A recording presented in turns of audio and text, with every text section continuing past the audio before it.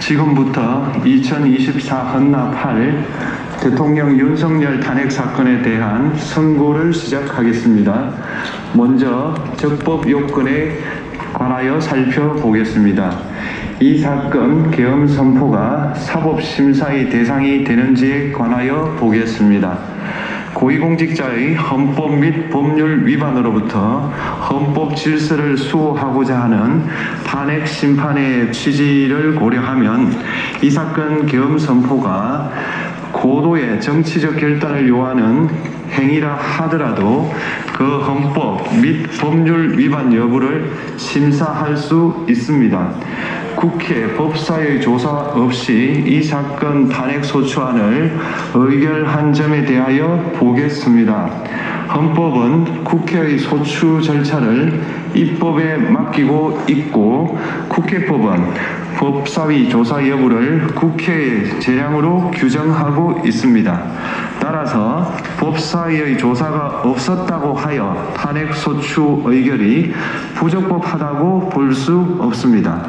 이 사건 탄핵 소추안의 의결이 일사부재의 원칙에 위반되는지 여부에 대해서 보겠습니다. 국회법은 부결된 안건을 같은 회기 중에 다시 발의할 수 없도록 규정하고 있습니다.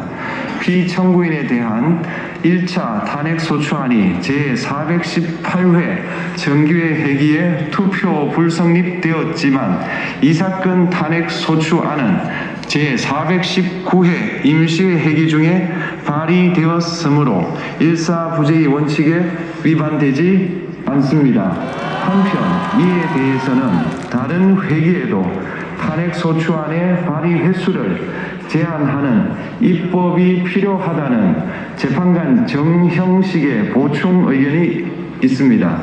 이 사건 계엄이 단시간 안에 해제되었고 이로 인한 피해가 발생하지 않았으므로 보호이익이 헌결되었는지 여부에 대해서 보겠습니다.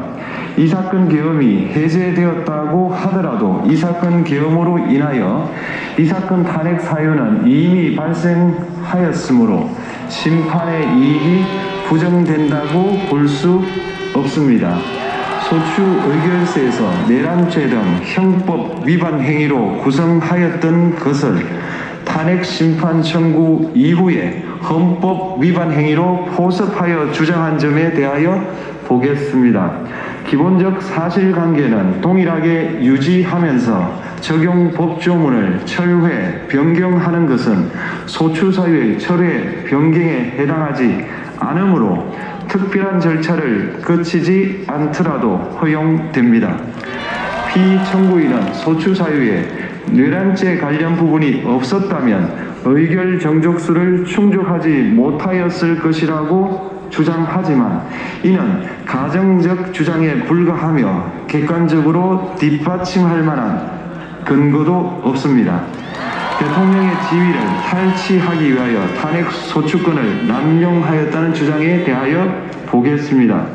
이 사건 탄핵 소추안의 의결 과정이 적법하고 피소추자의 헌법 또는 법률 위반이 일정 수준 이상 소명되었으므로 탄핵 소추권이 남용되었다고 볼 수 없습니다. 그렇다면 이 사건 탄핵 심판 청구는 적법합니다. 한편 증거법칙과 관련하여 탄핵 심판 절차에서 형사소송법상 전문법칙을 완화하여 적용할 수 있다는 재판관 이미선, 김영두의 보충 의견과 탄핵 심판 절차에서 앞으로는 전문법칙을 보다 엄격하게 적용할 필요가 있다는 재판관 김복형, 조한창의 보충 의견이 있습니다. 다음으로 피청구인이 직무집행에 있어 헌법이나 법률을 위반하였는지 피청구인의 법 위반 행위가 피청구인을 파면할 만큼 중대한 것인지에 관하여 살펴보겠습니다. 우선 소추 사유별로 살펴보겠습니다. 1. 이 사건 계엄 선포에 관하여 보겠습니다. 헌법 및 계엄법에 따르면 비상계엄 선포의 실체적 요건 중 하나는 전시, 사변 또는 이에 준하는 국가 비상사태로 저가 교전 상태에 있거나 사회 질서가 극도로 교란되어 행정 및 사법 기능의 수행이 현저히 곤란한 상황이 현실적으로 발생하여야 한다는 것입니다.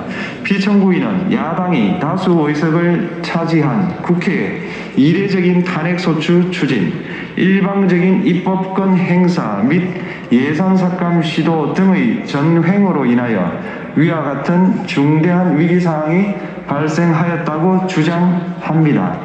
피청구인의 취임 후 이 사건 계엄 선포 전까지 국회는 행안부 장관, 검사, 방통위위원장, 감사원장 등에 대하여 총 22건의 탄핵소추안을 발의하였습니다. 이는 국회가 탄핵소추 사유의 위헌, 위법성에 대해 숙고하지 않은 채 법 위반의 의혹에만 근거하여 탄핵심판 제도를 정부에 대한 정치적 압박 수단으로 이용하였다는 우려를 낳았습니다. 그러나 이 사건 계엄 선포 당시에는 검사 1인 및 방통위위원장에 대한 탄핵심판 절차만이 진행 중이었습니다. 피청구인이 야당이 일방적으로 통과시켜 문제가 있다고 주장하는 법률안들은 피청구인이 제의를 요구하거나 공포를 보류하여 그 효력이 발생되지 않은 상태였습니다. 2025년도 예산안은 2024년 예산을 집행하고 있었던 이 사건 계엄 선포 당시 상황에 어떠한 영향을 미칠 수 없고 위 예산안에 대하여 국회 예결특위의 의결이 있었을 뿐 본회의의 의결이 있었던 것도 아닙니다. 따라서 국회의 탄핵소추, 입법, 예산안 심의 등의 권한 행사가 이 사건 계엄 선포 당시 중대한 위기 상황을 현실적으로 발생시켰다고 볼 수 없습니다.